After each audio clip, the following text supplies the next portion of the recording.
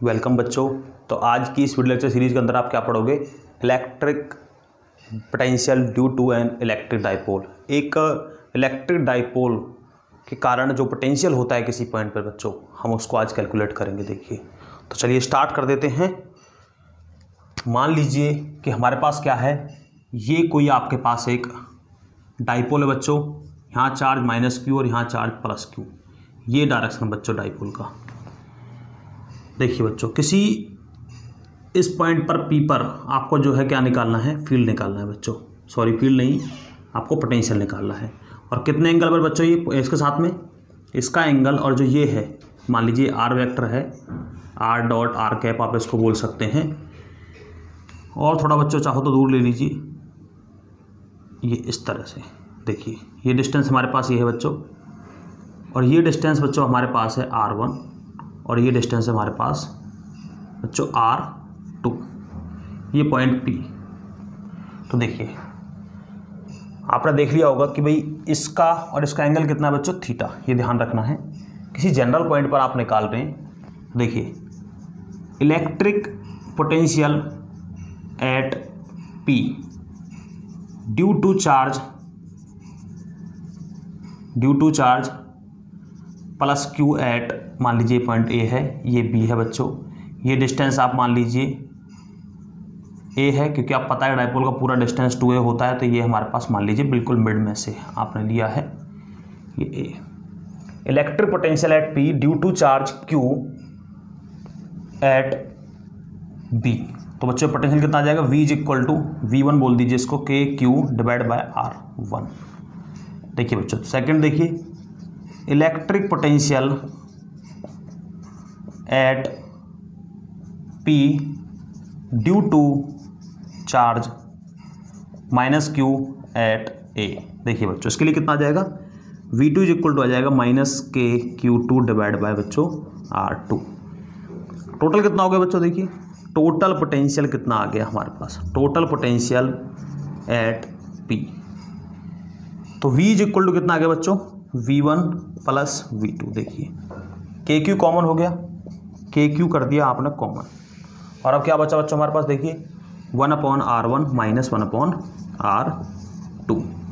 तो देखिए बच्चों, हमें अब ये R1 R2 डिस्टेंसेस निकालने हैं, कैलकुलेट करने हैं बाय द ज्योमेट्री। तो बच्चों देखिए, ज्योमेट्री के हिसाब से अगर आप देखोगे तो 11th क्लास की ज्योमेट्री अगर आपने पढ़ी है तो उसके अंदर देखिए आपने प्रॉब्लम पढ़ी होगी कि मान लीजिए एंगल थीटा है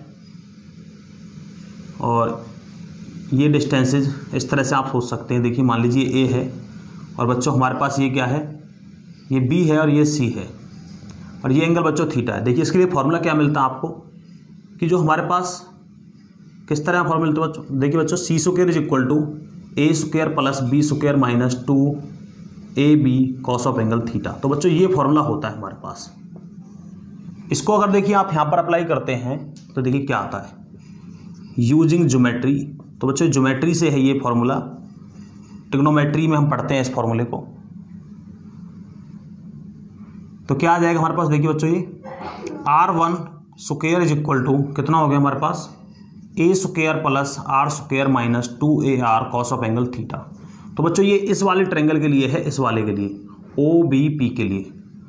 अब देखिए, अगर R2 वाला निकालना है तो R2 is equal to A square plus R square minus 2AR cos of angle. देखिए बच्चों, ये एंगल इधर का वाला कितना हो जाएगा? लीनियर पेयर बनाएगा तो 180 माइनस थीटा। तो बच्चों ये कितना आ गया? A square plus R square plus 2AR cos of angle theta. बच्चों देखिए, ये हमारे पास आ गया बच्चों ये।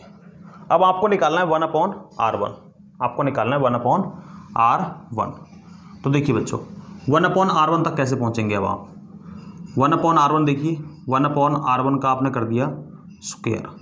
तो बच्चों कितना आ गया? देखिए, अगर आप ध्यान से देखेंगे, मान लीजिए आपने क्या किया, हमने यहाँ से क्या किया, R स्क्वायर बच्चों कॉमन निकाल दिया। इस तरह सोच सकते हैं आप, R स्क्वायर आपने निकाल लिया कॉमन। तो कितना आया बच्चों? देखिए, A स्क्वायर अपॉन में R square minus plus 1 minus 2A upon में R dot cos of angle theta. तो बच्चों ये मेरे पास आ गया। देखिए जब आपने आर स्क्वायर को कॉमन आउट किया है बच्चों यहाँ से, तो ए स्क्वायर अपॉन में आर स्क्वायर प्लस यहाँ पर 1 और माइनस 2 AR अपॉन में इंटू में कॉस ऑफ एंगल थीटा। देखिए बच्चों आप ध्यान से देखिए कि ए स्क्वायर आर स्क्वायर, देखिए ए जो है वो काफ़ी ज़्यादा जो है छोटा है किसके मुकाबले, आर से। देखिए आर ये जो डिस्टेंस है ये काफ़ी दूरी पर है बच्चों, तो इसका मतलब ये जो टर्म है ये तो और ज़्यादा छोटी हो जाएगी अगर इतना है तो। अगर आप स्क्वायर की बात करेंगे, जैसे मान लीजिए ये ए हमारे पास 0.1 का स्क्वायर और ये आर है मान लीजिए 200, तो देखिए 0.01 तो वैसे ही है और 200 से डिवाइड कर दो तो बिल्कुल ना के बराबर वैल्यू हो जाएगा। तो therefore a square upon r square can be ignored.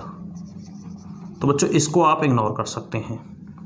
अब देखिए क्या आ गया, R1 square is equal to बच्चों हमारे पास हो गया, यहाँ पर ये तो कैंसिल हो गया, are square is equal to 1 minus 2AR into में कॉस ऑफ एंगल थीटा। तो देखिए बच्चों ये हमारे पास आ गया। अब इसके बाद क्या करें, देखिए हमें निकालना है बच्चों 1 अपॉन में R1, हमें निकालना है बच्चों 1 अपॉन R1। देखिए इसके लिए कैसे पहुंचेंगे अब आप, 1 अपॉन R1 को कैसे निकालें अब आप,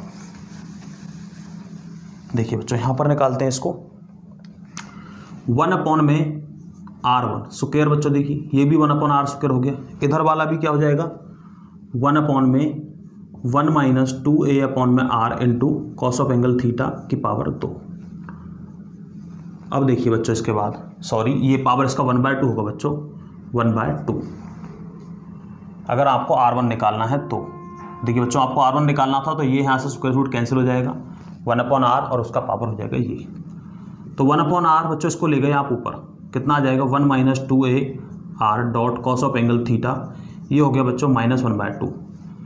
using binomial expansion, using binomial expansion, binomial expansion होता है आपका 11th क्लास के अंदर मैथमेटिक्स में, तो उसकी हेल्प से क्या हो जाएगा, देखिए सिंपल है बिल्कुल, इसको इसमें आप बस मल्टीप्लाई कर दो, 1 upon R 1 plus 1/2 dot 2A upon में R dot cos of angle theta. बच्चों 2 से 2 कैंसिल हो गया, कितना आ गया 1 upon R1 is equal to हो गया 1 upon R 1 plus A/R dot cos of angle theta.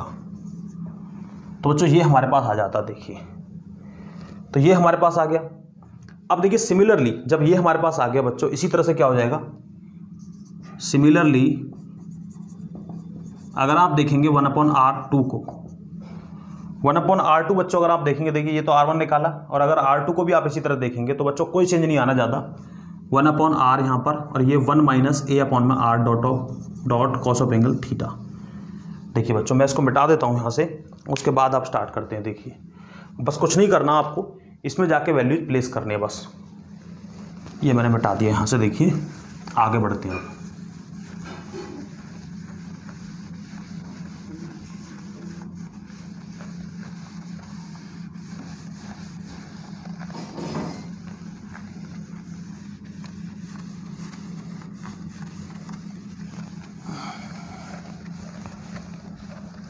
देखिए बच्चों अब क्या करेंगे, आप इनको यहाँ पर लाके प्लेस कर देंगे, पुट कर देंगे। देखिए तो देखिए v कितना आ जाएगा मेरे पास, v1 प्लस v2 था, तो k डॉट क्यू, r1 कितना है बच्चों, देखिए r1 कितना है हमारे पास, तो यहाँ से r तो कॉमन ही आ रहा है सब जगह से, तो r तो कॉमन ही कर देता हूँ। तो बचा क्या बच्चों, देखिए यहाँ पर आ गया मेरे पास 1 प्लस a अपॉन में r, ये बच्चों r1 का है, ध्यान से देखिए, इंटू में cos of angle theta.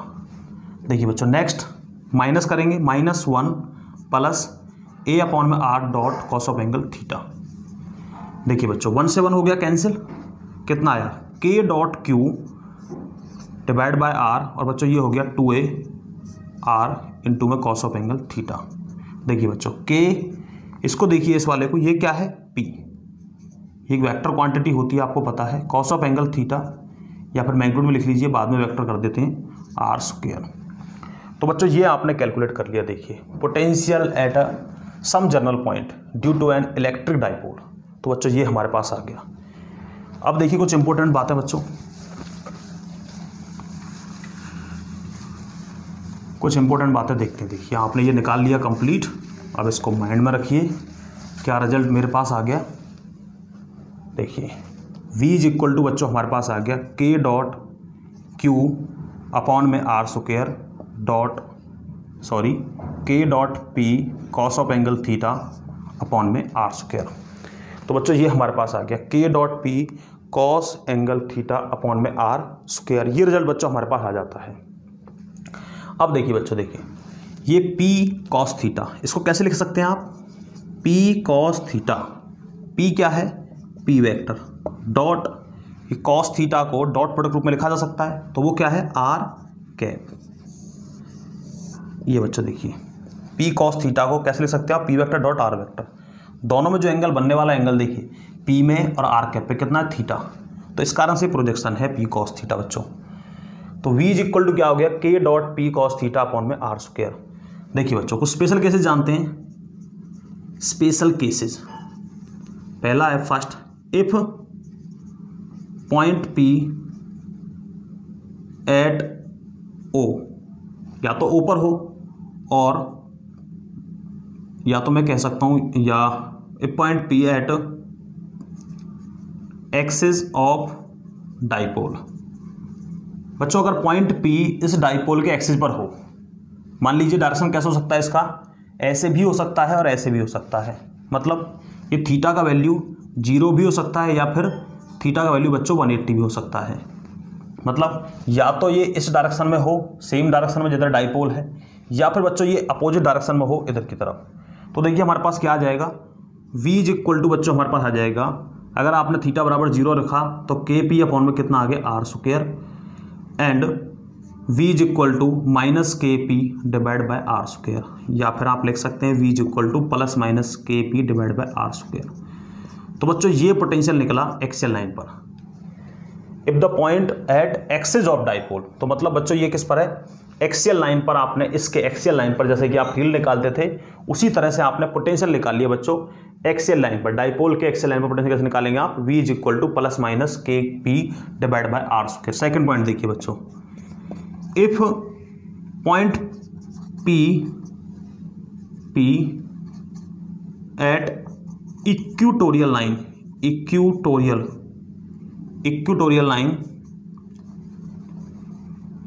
Equatorial line of the dipole, या फिर बच्चों कह लीजिए परपेंडिकुलर। ये पॉइंट P बच्चों अगर मान लीजिए परपेंडिकुलर है, थीटा बराबर अगर 90 डिग्री हो जाता है, तो देखिए v कितना आता है बच्चों? कॉस ऑफ 90 बच्चों 0 होता है, तो पोटेंशियल क्या हो जाएगा? 0। देखिए बच्चों अगर ये पॉइंट आपने इधर कर दिया तो यहाँ पर तो कोई पोटेंशियल है ही नहीं, मतलब थीटा बराबर अगर 90 लिखते हैं तो इस केस में। तो बच्चों ये हमने स्पेशल केस भी इसके निकाल लिए। देखिए अब हम क्या पढ़ेंगे कि जो इलेक्ट्रिक पोटेंशियल है ड्यू टू पॉइंट चार्ज और electric potential due to electric charge, इन दोनों में डिफरेंसेस क्या है बच्चों? देखिए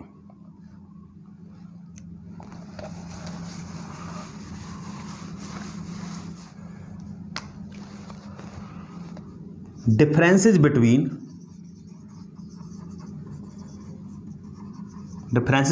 electric potential due to a point charge and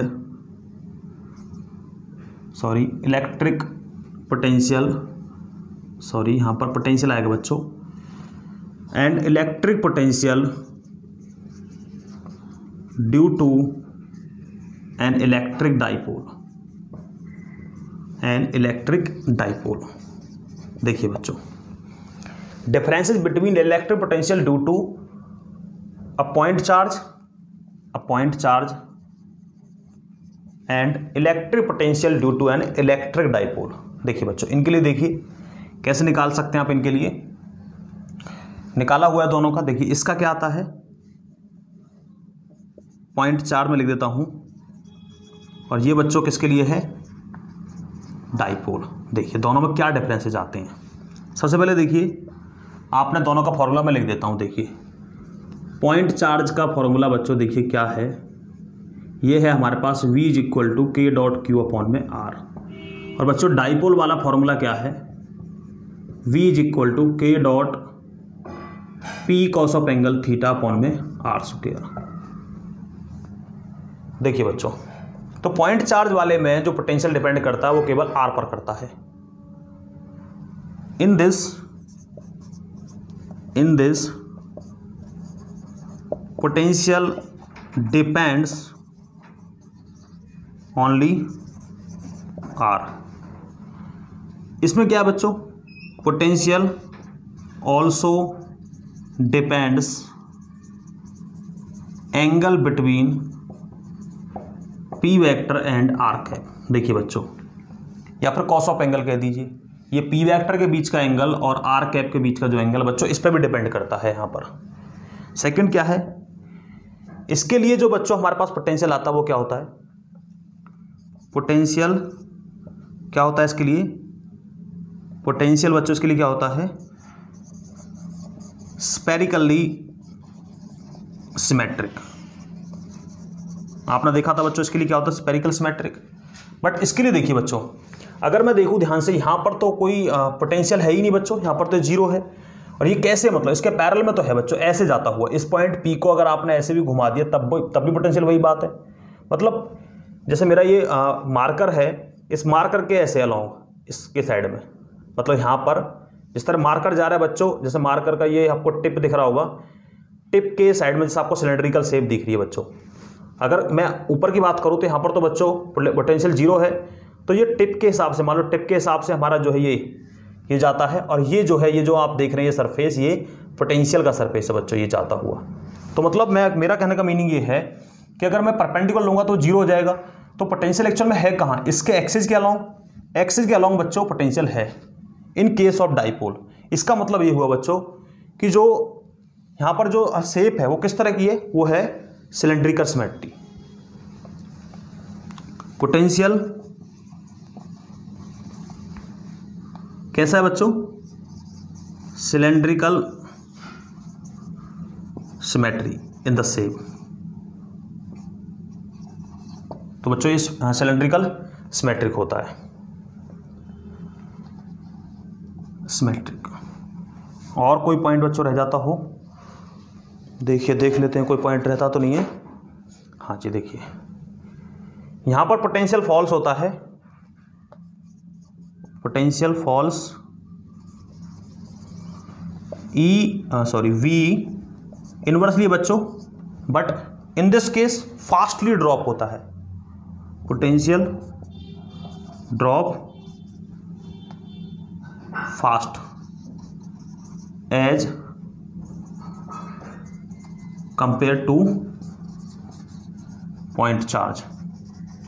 क्यों एज, देखिए v क्या है, इनवर्सली 1/, इनवर्सली किसके, आर स्क्वायर बच्चों, इस कारण से। तो बच्चों ये इंपॉर्टेंट पॉइंट्स हैं जो आपके लिए जरूरी होते हैं कि पॉइंट चार्ज वाले में और डाइपोल वाले में अंतर क्या है। ध्यान रखिए बच्चों, डाइपोल के लिए जो पोटेंशियल होता है वो परपेंडिकुलर नहीं होता है, वो केवल डाइपोल के साथ साथ, मतलब एक सिलेंड्रिकल शेप आपको बताता है। ये जो पॉइंट पी लेते हैं बच्चों, आप इसको यहाँ ले लीजिए, जैसे मेरा ये मार्कर है, इसके यहाँ पर ले लीजिए, यहाँ पर ले लीजिए, घुमा के कहीं ले लीजिए, इस तरह से आगे इस तरह कहीं लेते चलिए। बट अगर आप ऐसे लेंगे परपेंडिकुलरली तो वहाँ पर पोटेंशियल जीरो आता है। तो बच्चों थैंक यू टू ऑल, मिलते हैं नेक्स्ट वीडियो के अंदर।